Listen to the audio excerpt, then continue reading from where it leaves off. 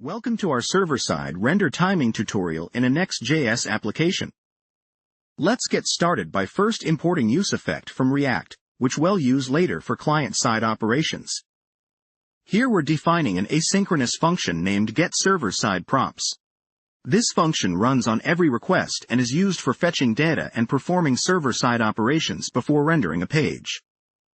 To measure the performance of our render, we initiate a timer using process_HR_time_begint. This gives us a high-resolution timestamp representing the start time of our server-side operations. In this placeholder comment, you'd typically perform your data fetching or other server-side logic.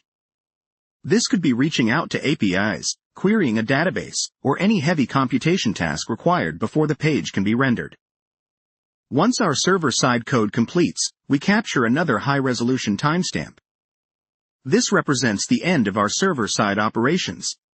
Then we calculate the time difference between the end and start timestamps. This difference is the total time consumed by our server-side rendering operations, and it's represented in nanoseconds.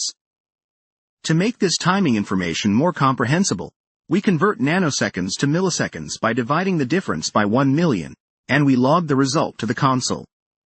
This provides a clear metric for how long the server-side rendering took. Finally, we return an object from getServerSideProps containing a props property. This is where you'd pass any data fetched during server-side rendering to your Next.js page component.